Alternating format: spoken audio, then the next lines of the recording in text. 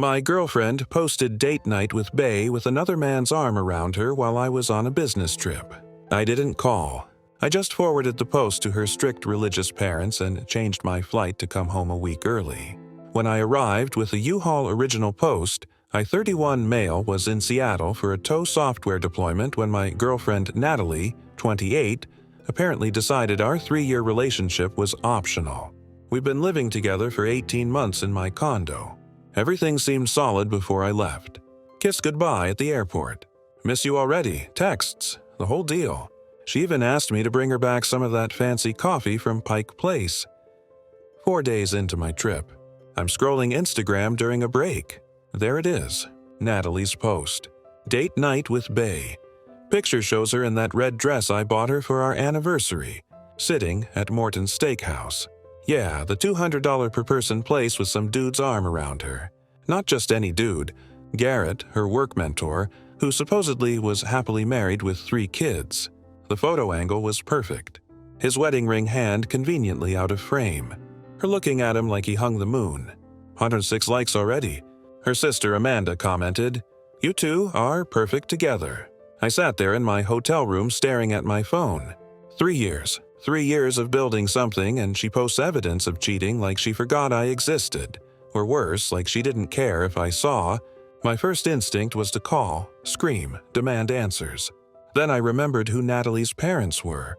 Robert and Diane, old-school Southern Baptists who still thought we were sleeping in separate bedrooms, who made us sit through a 2-hour lecture about living in sin when they found out we'd moved in together, who Natalie had been lying to for our entire relationship about basically everything from us sharing a bed to her weekend wine tours with friends. So, I didn't call Natalie. I screenshot the post, opened Facebook, found Diane's profile. She posts Bible verses every morning at 6 a.m. sharp. Sent her the screenshot with a simple message. "Mrs. Morrison, thought you should see what Natalie posted while I'm away on business. I'll be handling our living situation when I return, Ethan." Then I called the airline. Changed my flight to come back a week early. Cost me $400, but worth every penny. Booked a U-Haul for pickup the day I landed. Called my buddy Craig, who'd been crashing on his brother's couch after his own breakup. Me, "Hey man, my condo's about to have a vacancy. Interested in moving in? Rent's $1,200 a month. Seriously, that's incredible. But what about Natalie? She's exploring other options." "Oh, yeah, I'm in." "When?" "Saturday." Then I muted Natalie's number and went back to work. Had a deployment to finish. Update 1. The fallout begins. The text started within 2 hours from Natalie 62 and read, "What did you do? My mom is freaking out. Dad's driving here right now. This isn't what it looks like. Garrett is going through a divorce. I was just being supportive. You forwarded my post to my mother. Ethan, please call me. This is so manipulative. You're ruining my life over a misunderstanding from Amanda, her sister." 14 unread. "You're such a petty little man. She was just having dinner. You know, Garrett's marriage has been over for months. How dare you involve my parents? You're supposed to trust her." From Diane, her mom. "Ethan, we need to discuss this situation. Please have Natalie call me immediately. We are praying for you both." I didn't respond to any of them. Just kept working, presenting to clients, running installations. My phone buzzing constantly in my pocket. That night, Natalie tried calling 31 times. I know because the phone kept count. She left 8 voicemails that I deleted without listening. Then came the Instagram stories. She posted a black screen with text. "When someone you love betrays your trust by trying to turn your family against you." Really? I betrayed her trust. Next morning, the narrative shifted. New story for everyone asking. Yes, I had dinner with a friend who's going through a hard time. No, I didn't cheat. Some people just want to create drama where there isn't any. Her friends rallied in the comments. "Men are so insecure. He sounds controlling. You deserve better, babe." Meanwhile, Robert, her dad, had called my phone once, left a voicemail. "Ethan, this is Robert Morrison. I've seen the photograph. Natalie has some explaining to do, but involving us was inappropriate. We'd appreciate a call back to discuss this like adults. Like adults. Rich coming from the man whose adult daughter has been lying to him for 3 years. Wednesday night, Natalie got creative. posted a photo of herself crying with the caption, "When you're just trying to help a friend through his divorce and your boyfriend accuses you of cheating, trust is everything in a relationship."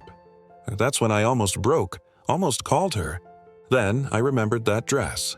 That was our anniversary dress. You don't wear your anniversary dress to comfort a friend about his divorce.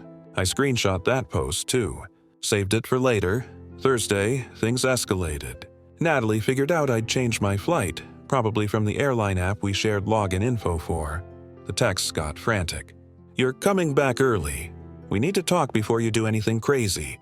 Where are you staying? Ethan, I know you're reading these. Fine. I'll be at the airport when you land. You can't just throw away 3 years." Friday was quiet. Too quiet.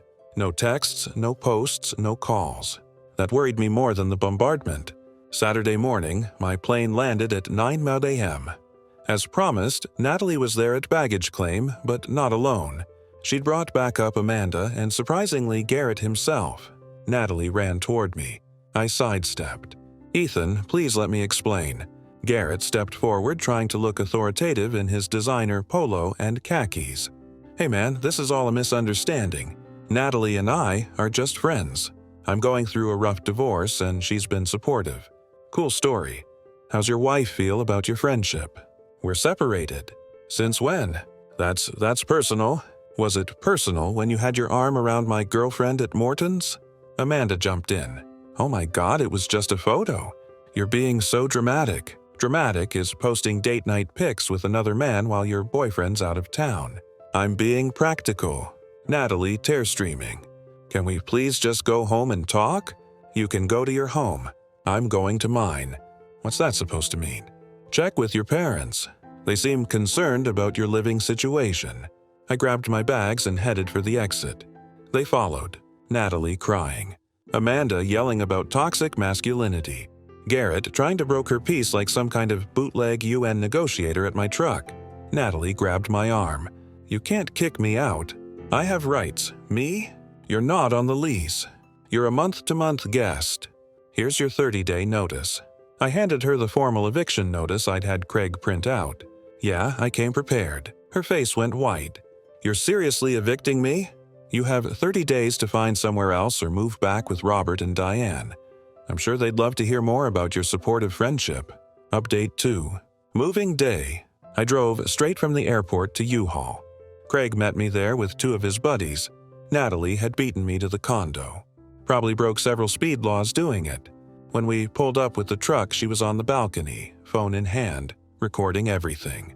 "I'm documenting this harassment," she yelled down. Craig looked at me. "Is she serious?" "Very." We went up. I unlocked the door to find Natalie had barricaded herself in the bedroom. Classic. "Natalie, we're here to pack my things. You can stay in there." "Your things? Half this stuff is mine. The furniture I bought, the TV I bought, the kitchen appliances I bought. Those things I contributed. You bought throw pillows and that wine rack. They're yours." We started packing my stuff. Everything I'd paid for, which was basically everything except decorative items and her clothes. The couch, the dining table, the entertainment center, my gaming setup, the bedroom furniture, except the bed. I'm not that petty. Natalie emerged when she heard us moving the TV. "You can't take that." We watched Netflix on it. Craig's buddy filmed her meltdown. "This is going on TikTok, right?" "Please don't," I said. Last thing I needed was to go viral. Natalie called the police. Of course she did. 2 officers showed up about 20 minutes later. Natalie ran to them immediately. "They're stealing everything. He's leaving me with nothing." The older cop looked tired already. "Ma'am, is your name on the lease?" "No." "But did you purchase these items?" "We purchased them together." I showed the officers receipts on my phone. "Every single purchase in my name, my credit card." The younger cop nodded. "Sir has every right to remove his property." "Ma'am, do you have somewhere to stay?" Natalie started ugly crying. Not regular crying, the kind with snot and hyperventilating. "This is financial abuse." "The older cop, ma'am, breaking up is an abuse. Let them finish and sort the rest out in civil court if needed." That's when Robert showed up. Full suit on a Saturday, looking like he was ready for church. He surveyed the scene. U-Haul boxes. Crying daughter. Police. Natalie Marie Morrison. She froze when Robert uses the full name. Someone's in trouble. Dad, he's being more patient than I would be. Officers, thank you. Ethan, might we have a word? We stepped aside while Craig's crew kept loading. Robert, I don't approve of your method of informing us. I don't approve of being cheated on. Natalie swears nothing physical happened. Would you tolerate Diane posting date night photos with another man? His jaw tightened. No, I would not. What would it take for you to reconsider? A time machine? He nodded slowly. I'll handle Natalie. She'll be out within the week. She has 30 days legally. She'll be out within the week. He repeated, giving Natalie a look that could freeze hell. Update 3. The entitlement escalates. Natalie did not in fact leave within a week. Instead, she dug in, posted constantly about surviving abuse, starting over with nothing, and when someone shows you who they really are, believe them. The comments were gold, though. Her aunt at Martha, Diane's sister, commented, "Didn't you post about a date with another man?" Natalie deleted that real quick. Day 3 after the move, she changed tactics. Suddenly, Garrett was at the condo constantly, his car in my assigned parking spot, him carrying groceries up, the two of them posting stories from my balcony with wine glasses. Craig texted me, "Dude, she's trying to make you jealous." Me? She's making my eviction case easier. I documented everything.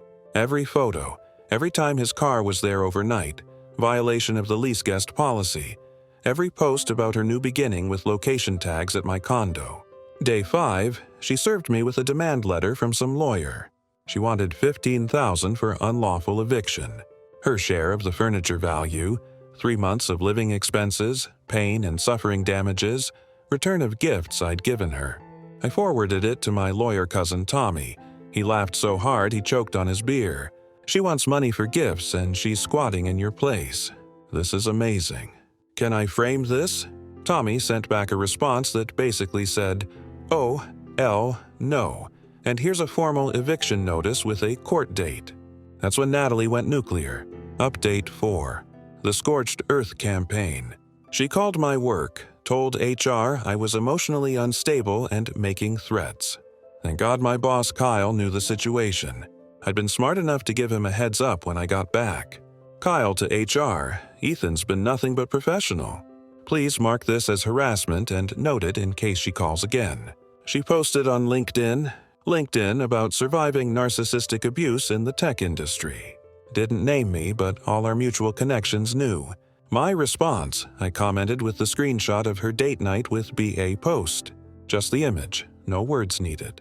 She deleted the entire post within an hour. Then came the really dirty move. She told her parents I'd been abusive. Physically abusive. Robert called me immediately. "Ethan, Natalie's made some serious accusations." Robert checked the date she's claiming I hurt her.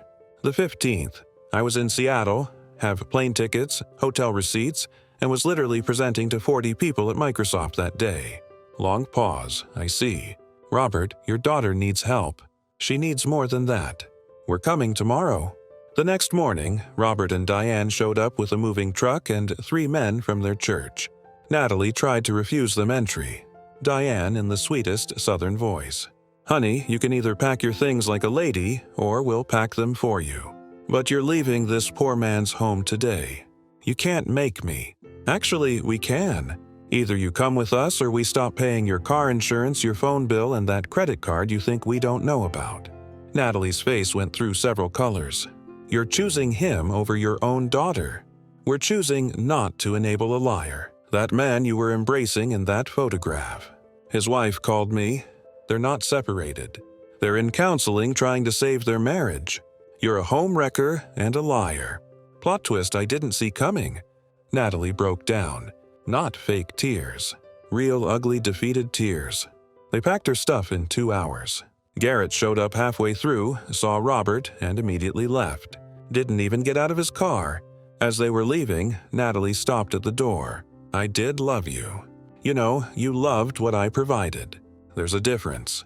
She started to say something else, but Robert physically guided her out. Update 5. The Aftermath. It's been 2 months now. The drama died down after the parents got involved. Natalie moved back with them, which in their household means 10 p.m. curfew, church twice on Sunday, once on Wednesday. No men in her room, getting a full-time job. She'd been consulting, aka barely working. Therapy, Robert's requirement. Garrett's wife reached out to me on Facebook, thanked me for exposing the affair. They're divorcing, but she said at least now she knows she wasn't crazy for suspecting something. Natalie tried one last manipulation about 3 weeks ago.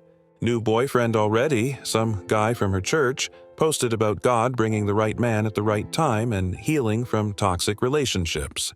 Her mom commented, "Focus on healing yourself before involving others." Dear Savage Diane strikes again. Amanda still sends me nasty messages occasionally. Blocked her after she called me a beta male who couldn't handle a strong woman. Strong woman? Your sister couldn't even pay her own phone bill. Craig's been a great roommate. Pays rent on time. Cleans up after himself. And his girlfriend makes incredible lasagna. The condo's peaceful now. No more drama. No more lies. No more finding out via Instagram that my relationship is optional. Last week I ran into Natalie at Target. She was with her parents. Looked like she'd just come from church. She saw me, started to approach, but Robert placed a hand on her shoulder and steered her away. Diane nodded at me though. Respectful acknowledgement. Final update. Got one last text from Natalie yesterday. She'd gotten a new number, probably specifically to contact me. "Ethan, I know you'll probably delete this, but I need you to know I'm in therapy now. I understand what I did was wrong. Garrett wasn't worth losing you. I know you'll never forgive me. But I wanted you to know I'm working on myself." I didn't respond. What's there to say? But here's the thing. She still doesn't get it. Garrett wasn't worth losing, you mean she still thinks it was about choosing between two men. It wasn't. It was about respect, trust, and basic decency. You don't post date night with Bae when your actual boyfriend is out of town working to pay for the roof over your head. You don't lie to your parents for 3 years, then cry victim when someone tells them the truth. You don't try to destroy someone's career because they won't tolerate your cheating. Tommy lawyer cousin says the legal threats all disappeared once her parents got involved. Guess daddy wasn't willing to fund a frivolous lawsuit. The best revenge. I didn't have to do much. Just forwarded one photo to the right people and let the truth do its work. Her parents did the rest. Being 28 and back under your religious parents' thumb with a curfew and mandatory church attendance, that's poetic justice. Meanwhile, I'm living my best life. Got promoted last month. Guess those Seattle presentations went well. Started dating a woman from my rock climbing gym. Someone who actually has her own apartment and pays her own bills. Revolutionary concept to everyone asking if I regret involving her parents. Nope. She involved Garrett in our relationship. I just CC the people who deserve to know. She wanted to live a double life, lying to me and lying to them. Now she gets to live a single life under their supervision. Play stupid games, win stupid prizes, and sometimes the prize is your mom commenting on your Facebook posts calling out your behavior. Thanks for following along, Reddit. Remember, when someone shows you who they are on social media, screenshot that shiz. You never know when you'll need receipts.